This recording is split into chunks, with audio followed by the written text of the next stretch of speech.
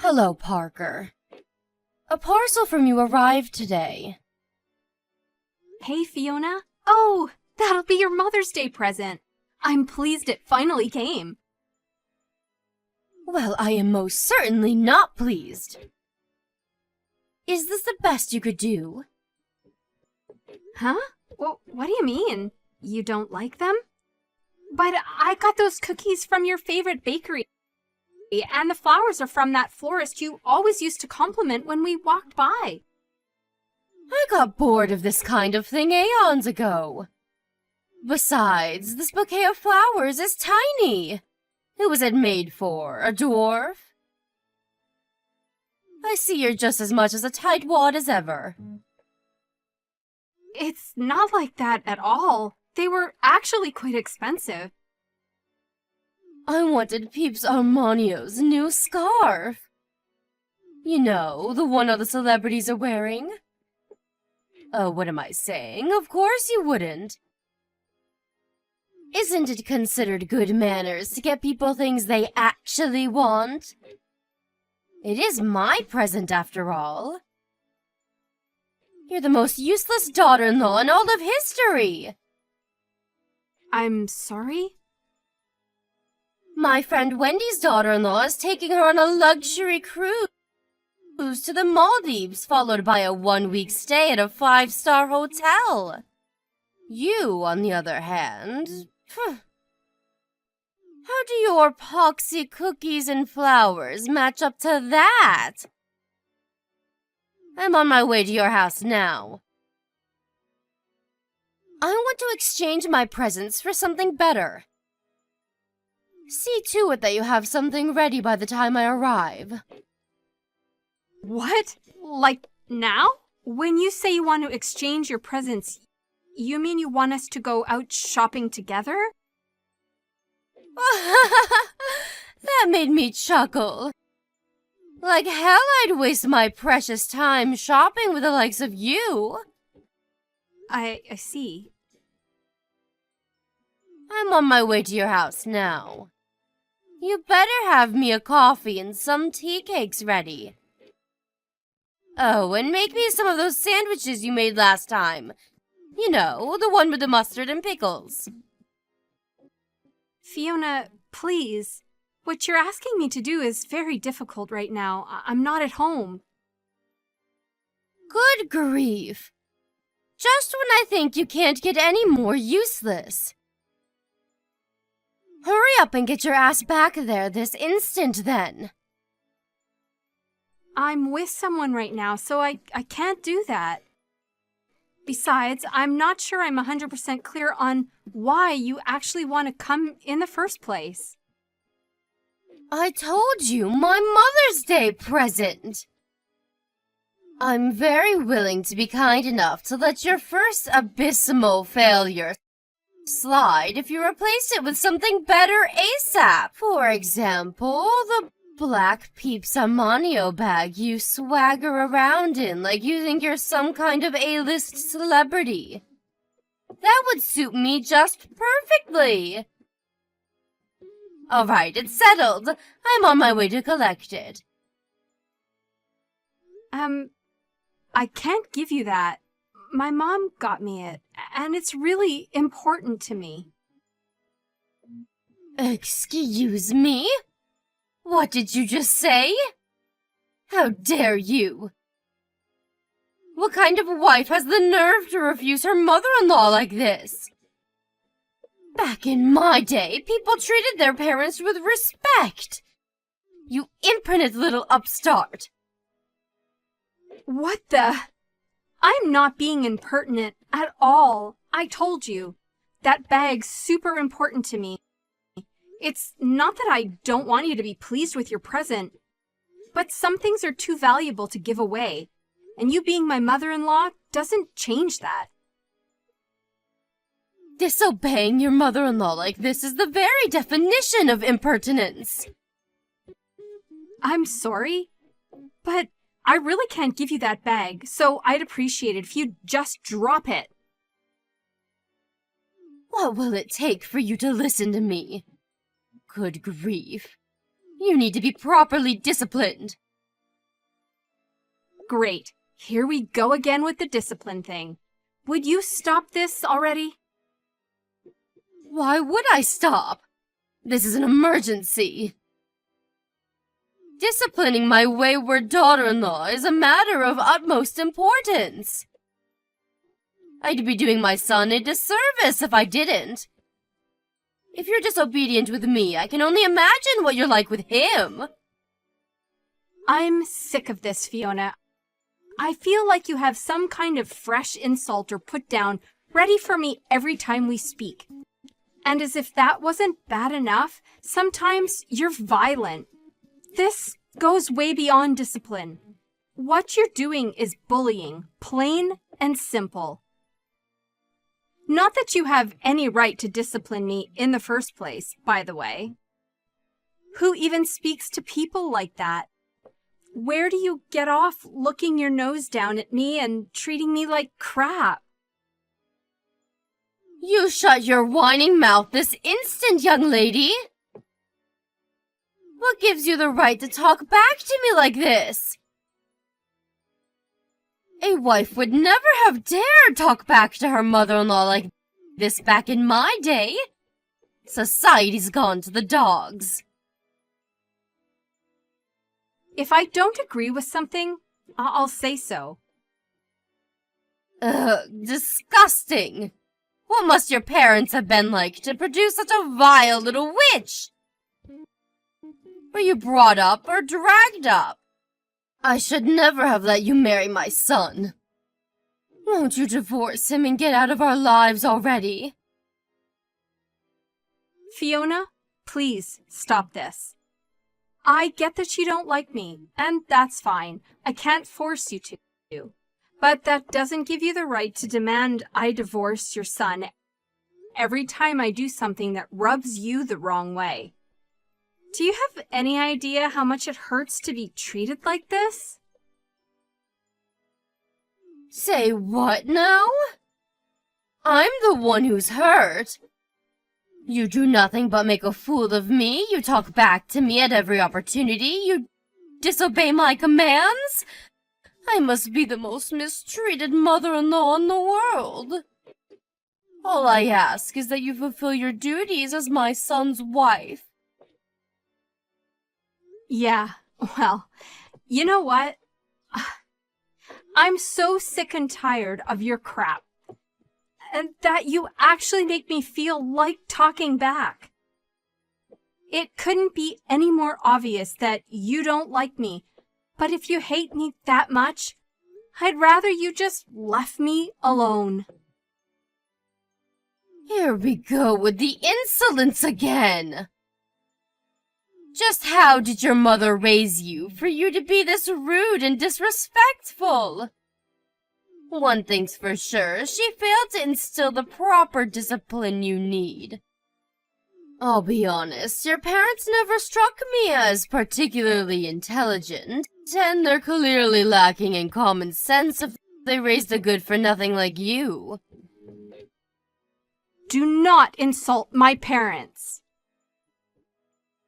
You gave me no choice. If you don't want to hear any more uncomfortable truths, I suggest you start doing as you're told, young lady. To tell you the truth, I don't want anything more to do with you. Please don't contact me again. If you need anything, it can go through Daryl. What did you just say to me? Do you seriously think this is an acceptable attitude to take with me, your mother-in-law? Do you seriously think I want to carry on being insulted and abused by you? You do nothing but hurt me. Who in their right mind would put up with that? Fine. Have it your way. I withdraw my request. Great. So we have an understanding then. You'll leave me alone from now on? Goodbye. Mark my words, young lady. You will not get away with speaking to me like this. You better remember that. Parker, is now a good time? Fiona, what do you want? Didn't I tell you to leave me alone? Maybe you did, but that doesn't mean I agreed to it. Did I sign a restraining order? Nope. I see. So that's how it is. Okay, what do you want? It's about tomorrow. You're going to come to my house. Huh? Why would I do that? Because I want to speak to you in person about something. Surely you wouldn't like it if I came to your place? So you can come here instead. I won't be doing that. Yes, you damn well will, young lady. You won't get away with disobeying me this time. I won't let you. If you continue to refuse, you'll force my hand.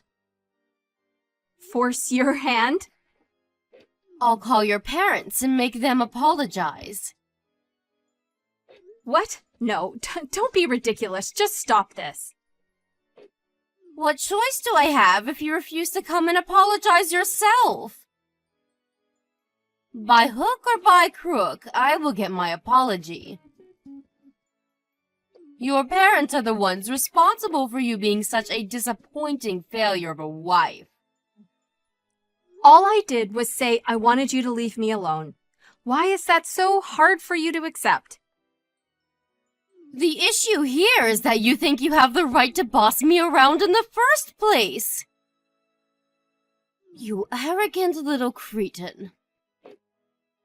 Now stop wasting my time with this nonsensical drive.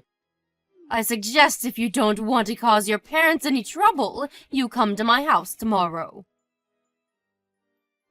Oh my God! This is absurd. Correction. This is perfectly reasonable, and it's happening because of you. If you'd have treated me with the respect I deserve from the get-go, you wouldn't be in this mess. Now, do as you're told before you make things even worse for yourself. Fine. I'll be expecting you around lunchtime tomorrow. I have some business to attend to in the morning, so I won't be around until noon. You're welcome to let yourself in and await my return. Well then, remember, I won't be responsible for what happens if you don't come. Your fate is in your hands now, young lady. Where are you, Fiona? Are you at my house yet? Yes, I got here 20 minutes ago. Excellent. Well, guess what? I just remembered something. I have just the job for you. I knocked a vase of flowers off the cabinet by the front door on my way out this morning. It smashed everywhere, but I was in such a rush I didn't have time to clean it up. Are you okay? You didn't hurt yourself, did you? I'm fine, but Daryl's being carried away in an ambulance. What? My son? But it should have been you! Well, it wasn't me who went to your house today. It was Daryl. Why? Explain yourself! He said he was going to have it out with you one-on-one to see if he could get you to back off and leave me alone. It's pretty obvious by now that nothing I could ever say will change the way that you act towards me. So why would I bother going? He said he stood on a pile of broken glass when he took his shoes off after arriving. The lights in the entranceway didn't work, so he couldn't see a thing. Oh my God! My poor baby! Is he okay? Is he hurt? He stood barefoot in a pile of glass. Of course he's hurt, you moron! By the sounds of it, he had himself pretty worked up for the confrontation he thought he was about to have with you. So he took his shoes off and started his march towards the living room, where he stood pretty hard on the glass shards. The wounds are so deep he can't walk anymore. You can't be serious. How can this be happening? The lights in the front porch not working was intentional, wasn't it? As was the pile of broken glass shards conveniently scattered so that whoever walked in next would get injured with 100% certainty. To think you booby-trapped your own house to injure me. I'm not sure if you're even fit to be let loose in society with a psychopathic behavior like this. The doctors are saying Daryl's lucky he doesn't have nerve damage. I never thought this would happen. I just wanted to teach you a lesson. Do you understand that if he'd ever been cut in the wrong place, your son might have never walked again because of your stupid actions? Daryl got hurt in my place this time. But it's not about who your intended target was. The fact that you're capable of something like this in the first place itself is just terrifying. Well, you should have thought about that before taking a rotten attitude with me. This crap again? Really? Even if for argument's sake we accept that I did take a rotten attitude with you, that doesn't justify you trying to put me in the hospital by booby-trapping your house. Me and Daryl have had it with you. This is the last straw. So how is my boy? He's okay, really, isn't he? Are you just exaggerating to scare me? Is he angry with me? He's almost angry enough to forget the excruciating pain that his feet are in. He said he's just grateful I didn't get hurt like you intended. And I'm just grateful my husband isn't as much as a malicious psycho as his mother. It's nothing short of a miracle that a scumbag like you managed to raise such a kind, decent man. I'm sorry, Parker. I just wanted to teach you a tiny lesson, that's all. I never thought it would end up being this serious. You think this is about the size of the injury? The fact that you thought it was acceptable to injure me at all tells me all I need to know about what kind of person you are. Your son's in a hospital bed because of you. That's all that matters. Please tell me which hospital he's staying at. I'll be there ASAP. Nope, we're good, thanks. Neither of us want anything to do with you. Our priority is Daryl's recovery now. Since you've proven yourself to be a direct threat to our health and safety, we'd appreciate it if you didn't contact us for the time being. We'll think about whether we ever want anything to do with you again once we've gotten over the shock of what's happened and calmed down. Please wait, Parker. Will you at least hear me out? I'm telling you. I didn't mean for this to happen. I wish you wouldn't be so mad with me. Be a darling and tell me which hospital my Daryl's staying at, okay, sweetie?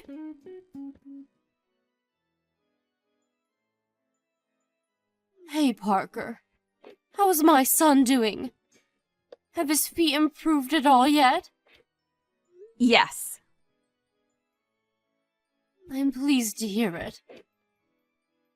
Thankfully, the cuts on one side weren't as deep as the other, and he's still able to walk with a little assistance. He already got discharged from the hospital. Oh, really? Does that mean he's back home now? In that case, would you mind if I came over for a little while? I'd love for nothing more than the chance to apologize for what I've done. Yes, we wouldn't mind that. You're not coming anywhere near us. We don't need or want your apologies, so don't bother. Parker, please! Don't be so cold. To tell you the truth, I'm racked with so much guilt and regret, I'm finding it hard to sleep. I must have tried calling Daryl over 100 times now, but he isn't picking up. Is there something wrong with his phone? I want to speak to him in person. He said he doesn't want to see you. Isn't there something you can do about that? Will you talk to him for me, Parker, sweetie? He'll listen to you, and I just know if you put in a good word about me. Will you persuade him for me? Will you do that? No. Wait, am I reading this properly? A good word. About you. You must be on drugs. I don't want to see your face. I don't want to see your messages on my phone. Even remembering you exist is enough to make me feel sick. Oh my God. You won't let me meet my son. You won't even let me apologize to him. This can't be happening. What am I supposed to do now? Not my problem. But one thing's for sure. You will be paying his medical bills because, of course, this is all your fault. That's all you can do for us. And if you genuinely want the best for Daryl, you'll give him his money and get out of our lives for good. I know it's my fault. I'm glad to hear it. Bank transfer will do just fine. Thanks. We're cutting off all ties with you once we have the money. Have a nice life. Cutting off all ties with me? No way, you can't surely be serious. I am not gonna mince words, Fiona. I hate you for what you did. And Daryl hates you even more. That's why neither of us ever want to see you again. Oh my God, please no. Surely you're not going to abandon your poor aged old mother by the wayside like this over something so trivial. Trivial? Are you trying to make fun of us? You think what you did is trivial. Ugh. I'm not just talking about putting your son in hospital here either. Did you forget how you've been treating me ever since me and Daryl got married? You bullied, tormented, and abused me. You used the fact that I wanted your approval to your advantage and made me feel so worthless and insignificant that I even considered ending it all while ignoring all of Daryl's warnings, of course.